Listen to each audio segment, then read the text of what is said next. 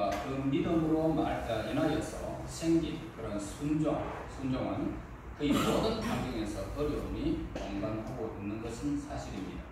이 세상의 그 힘과 사탄의 권세는 계속 하나님과 성령의 사역을 방해하고 있기 때문입니다. 그런데 그 힘은 계속 가해지면서 시간과 장소에 따라서 영향을 받게 되어집니다. 그러므로 우리는 자기에게 주어진 운명이다 라고 할 수 있는 환경에서의 시간과 장소와 관련된 것에서 사탄의 권세가 영향을 받게 되는 것을 우리는 늘 경험하게 됩니다. 수학자들은 많은 항으로 이루어진 공식을 사용하는 데 익숙합니다. 그 많은 중에 한 항만은 불변하지만 다른 항들은 조절하는 데 있어서 따라 그렇게 변화하게 되어집니다. 우리는 모든 불변하는 그런 항을 가지고 있습니다.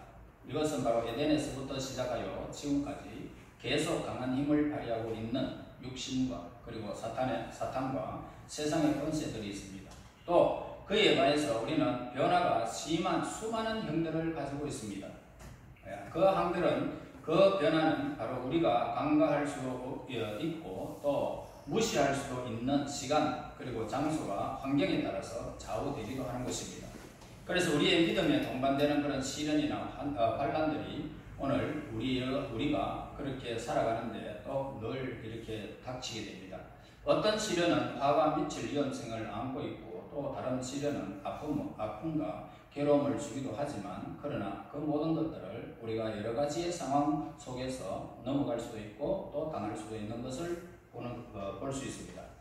20절에 보면 그의 지식으로 깊은 바다를 갈라지게 하였었으며 공중에서 이슬이 내리게 하셨느니라 라고 하셨습니다.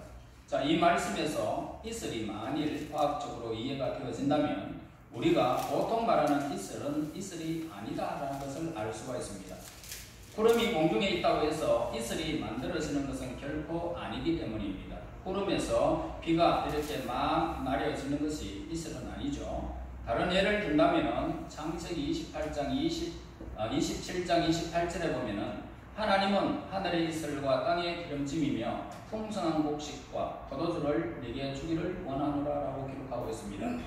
자, 이것은 바로 이삭이 야곱에게 축복할 때에 그렇게 이슬에 대한 그런 축복을 야곱에게 하는 것을 보게 됩니다. 또 야곱은 요셉에게 축복할 때에도 마찬가지로 이슬로 묘사를 하고 있습니다. 또 잠언에서는 절대적인 권력을 가진 동방의 왕을 말할 때 잠언서 19장 12절에서 왕의 노함은 사자의 부르짖음 같고 그의 은택은 풀이의 이슬 같으니라 라고 그렇게 말하고 있습니다. 그래서 성경에서 말하는 이 이슬이라는 단어들은 우리가 사용하는 그런 이슬의 의미로 사용되고 있습니다. 즉 성경의 이슬은 겨울에만 비가 많이 쏟아져서 이슬이 보지 못하는 팔레스타인의 그런 이슬의 의미와는 다른 뜻으로 쓰여졌다라고 우리가 볼 수도 있습니다. 팔레스타인은 4월부터 10월까지 비가 한 방울도 내리지 않는다고 합니다. 그리고 매일 10시간에서 12시간씩 구름 한 점 없는 그런 하늘에 태양만이 이글거리고 있는 그런 그렇게 되기 때문에 광야로 형성되어졌죠.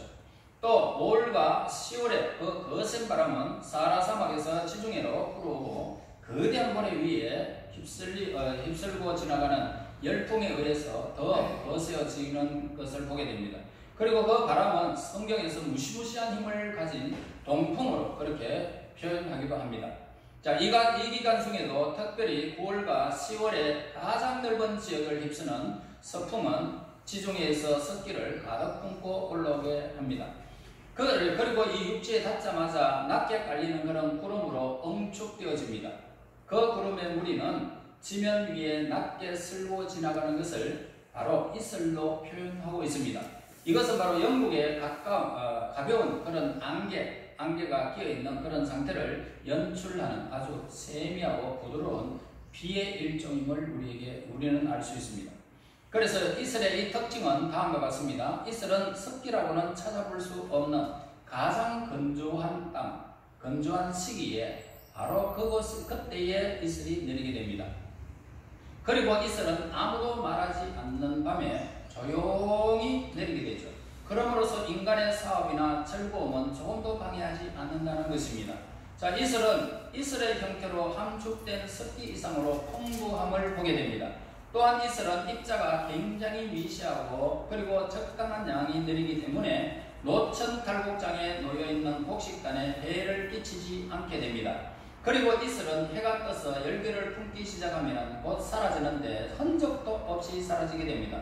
그리고 사라질 때는 그 뒤에서 어떤 해로움도 남기지 않는다는 것입니다. 날이 밝을 때 위로 들려 올려 대기 속으로 흩어져 버리고 마는 것입니다. 자, 호세아는 이스라엘의 의로움이 오래가지 못하고 제약 속으로 사라져 버리는 것을 이슬로 비유하기도 했습니다. 호세아서 13장 3절에 보면 이러므로 그들은 아침 구름 같으며 시 사라지는 이슬 같으며 라고 말씀합니다. 자, 그 밖에 이슬이나 밤 안개에 다량으로 내린다는 자연적 사실은 우리가 기도원의 양털을 사건을 통해서 우리는 보게 되죠. 여기서 확실히 볼 수 있는 것이 뭡니까? 하나님께서 이제 그곳에 양털에만 이슬이 내리고 그 다음에는 내리지 않게 하옵소서. 그랬더니 그렇게 되었습니다. 양털만 이슬이 내리지 않고 다른 곳에서 이슬이 내리게 하옵소서 하니까 또 그렇게 되었습니다. 그러므로 오늘 여기에서 우리가 이슬이라는 것은 바로 이런 것이구나 라고 우리가 알 수가 있죠. 그런데 그것을 다 다방교로 바꾸어서 별 무리도 없다는 사실을 보게 됩니다. 성경에서는 안개나 비 같은 이스라엘의 이슬을 말하는 것이 34군데가 있습니다. 그래서 호세아서에 나오는 하나님의 은혜로운 약속은 다방교라는 단어로 사용됨으로 인해서 그 뜻을 늘 새롭게 하고 있습니다. 자, 24절 보겠습니다. 네가 누울 때에 두려워하지 아니하겠고 네가 누운즉 네 잠이 달리로다. 그렇게 말하죠. 잠은 뭡니까? 모든 생물체가 다 누릴 수 있는 보편적인 그런 특권을 말하고 있습니다. 슬픔이나 육체적인 고통이 없을 때 생명체는 하루의 수고와 피곤의 결과로 자연스럽게 잠을 잘 수밖에 없죠. 그래서 본문에서 언급되고 있는 잠은 공포로부터 해방됨으로 누릴 수 있는 그런 잠을 말씀하고 있다는 것을 보게 됩니다. 그래서 인간의 육체는 휴식이 필요하죠. 그래서 휴식을 방해하거나 충분히 휴식하지 못하도록 제한하는 것은 이렇게 도덕적인 죄라는 것입니다. 그래서 의인은 누워서 휴식할 때 아무것도 두려워하지 않는다는 것입니다. 그래서 의인에게는 잠이 있다는 거죠. 그래서 두려워하지 않기 때문에 잠이 달리로다라고 합니다. 달다는 거죠. 자, 하나님이 이 외에 두려울 것이 무엇이 있겠느냐는 겁니다. 어떤 사람은 혹시 갑자기 사고가 나거나 천재지변이 닥쳐와 몸에 상하게 되거나 되지는 않을까 그러면서 염려하면서 잠을 이루지 못하는 사람들이 있습니다. 그 사람들의 마음속에는 두려움이 있기 때문이죠. 그러면 잠을 잘 수가 없습니다. 이러한 생각은 마치 캄캄한 밤에 화로 안에서 불꽃이 일어나는 것을 보면서 불이 날까봐 불안해하는 것과 똑같은 것입니다. 화로 안에는 거기에 잠잠히 스며져 있는 그런 숯의 영향으로 더 이상 불이 이렇게 확 나오지 않죠. 그러니까 거기에서 불이 날까봐 근심하는 것과 같다는 것입니다. 그러나 본문의 약속이 우리의 안전함에 대해서 합리적인 근거를 말씀하고 있는데 우리는 복잡하고 어려운 사건이 일어날 때는 일어나는 밤에도 이스라엘을 지키는 자는 졸지도 아니하시고 주무시지도 않기 때문에 우리는 편히 휴식할 수 있다는 것을 우리에게 가르쳐주고 있습니다. 악의 세력들은 하나님의 엄총이 임하고 있는 하나님의 백성들을 해를 당하도록 해치지 못할 것을 우리 하나님께서 약속하고 있기 때문입니다. 밤에 달이 낮에 해가 너를 상치 않게 하겠다. 이 하나님의 말씀을 저와 여러분들은 믿습니다. 그러므로 우리 하나님의 백성들은 그 하나님의 은총 가운데 있기 때문에 죽음마저 두려워할 필요는 전혀 없다 이 말입니다. 그래서 우리가 잠들었을 때 우리는 죽음 아니면 생존의 세계 중에 어느 곳에 있게 될지 우리는 아무도 모르는 것입니다. 따라서 우리가 죽음의 공포를 극복할 수 있는 것이 바로 예수님을 모시고 있기 때문에 죽음을 멸하신 하나님 편에 있다는 사실을 알므로서만 죽음의 공포에서 벗어나게 되는 것입니다. 이러한 믿음의 사람들은 무슨 일을 하든지 전혀 두려움을 느끼지 않게 되는 것입니다. 그렇게 되기를 예수님 이름으로 축원합니다. 그리고 의인은 달콤한 잠을 잘 수 있다는 것입니다. 이것은 바로 의인이 두 번째 특권을 우리에게 말씀해 주고 있습니다. 우리가 하루의 의무를 다하지 못했더라도 그 노력의 수고 때문에 우리의 잠은 달콤해진다는 것입니다. 우리는 하나님 보시기에 모두 완전한 유익한 종이 되지 못합니다. 그러나 계속 나태한 종으로만 머물러 있으면 안 된다는 것을 우리는 잘 알고 있습니다. 우리의 잠은 하나님의 용서를 체험하고 기쁨을 누릴 때 달콤함을 체험하게 됩니다. 회개하지 아니하고 용서받지 못한 죄의 무게로 우리의 베개가 눌려질 때는 결코 달콤한 잠을 잘 수가 없게 됩니다. 우리의 잠은 모든 인간을 향한 친절하고 사랑이 담긴 마음을 가질 때 저와 여러분들은 달콤하게 단잠을 누리게 됩니다. 이러한 사람은 성령 안에서 성결함과 부드러운 사랑의 성품을 키우면서 달콤한 잠을 잘 수가 있습니다. 자, 이제 33절 말씀 보시겠습니다. 악인의 집에는 여호와의 저주가 있거니와 의인의 집에는 복이 있느니라 라고 합니다. 여기에서 악인과 의인이라는 단어를 지금 사용하고 있습니다. 이러한 명칭과 그 명칭에 담긴 의미는 결코 의인은 의인이고 악인은 악인이지 뒤바뀌지 않는다는 것입니다. 그렇다면 누가 악인일까? 악인은 바로 인간의 비속하다라고 할 수 있는 그런 기본 욕구만을 추구하는 사람을 바로 악인이다 라고 말합니다. 자기 입에 맞는 것만 찾고 자기의 정욕을 이해서만 하고 안락함과 편리함만 추구하고 그의 영혼 안에 거하셔야 하는 하나님과 의의 법에 끊임없이 반항하는 사람, 이런 사람이 바로 악인이다 라고 말합니다. 그러면 누가 의인일까? 의로운 사람은 하나님께서 밝혀주신 말씀을 따르면서 순종하는 사람, 이 사람이 의인이라는 것입니다. 그리고 자신의 안락함과 모든 추한 욕심을 포기하고 가장 고상한 가치, 하나님께 속한 이 가치를 알고 따르는 사람, 의인이라는 것입니다. 하나님이 저주는 악인에게 내려질 것이고 그 마음 속에 악이 사라질 때까지 계속 하나님은 악인에게 그러한 공포심 저주를 내리게 될 것입니다. 하나님의 복은 의인의 장막에 내려질 것입니다. 이 사실은 하나님은 진실하시기 때문입니다. 그분의 방법이 신실하시기 때문에 분명하게 기록된 대로 악인에게는 벌을 주실 것이고 의인에게는 하나님이 복을 내려주실 것이 분명한 것입니다. 자, 풀잎이 가장 예민하고 뾰족한 끝에 진주같이 영롱한 이슬이 떠받칠 수 있듯이 가장 높으신 분이 하나님의 진주 같은 복도 예민하게 깨어있고 기도하면서 위를 바라보며 순종하는 하나님의 백성들 마음속에 지닌 사람들, 그 사람들만이 영롱한 빛이 임하는 그런 이슬로 여러분들에게 임하게 되는 것입니다. 34절 보겠습니다. 진실로 그는 거만한 자를 비웃으시며 겸손한 자에게 은혜를 베푸시나니 라고 합니다. 여기에서는 또 누가 나타납니까? 거만한 자와 겸손한 자에 대해서 언급을 하고 있습니다. 이것도 마찬가지로 이 두 명칭은 서로 혼동될 수가 없다는 것입니다. 그러면 누가 거만한 자일까? 거만한 자는 바로 성령의 다스림을 받는 양심이 있어야 할 자리에 자신의 이기심이 그 자리를 차지하고 교만함이 그 자리를 차지하고 있는 사람이 바로 거만하다는 것입니다. 또 그는 비합리적이고 어두운 정욕을 추구하고 자기를 만드신 하나님 앞에서 자신의 무가치함과 왜소함을 느끼고 하나님 앞에서 낮아지지 아니하고 자신을 우상으로 삼는 그런 교만으로 부풀어 있는 그 마음을 가리키고 있는 것이 거만한 사람. 자, 이제 겸손한 자에게 대해서 생각해 보겠습니다. 겸손한 자는 어떤 사람일까? 그는 자기를 낮고 천하지만은 오직 하나님만이 높임을 받을 수 있습니다 라고 하는 그런 생각하는 사람입니다.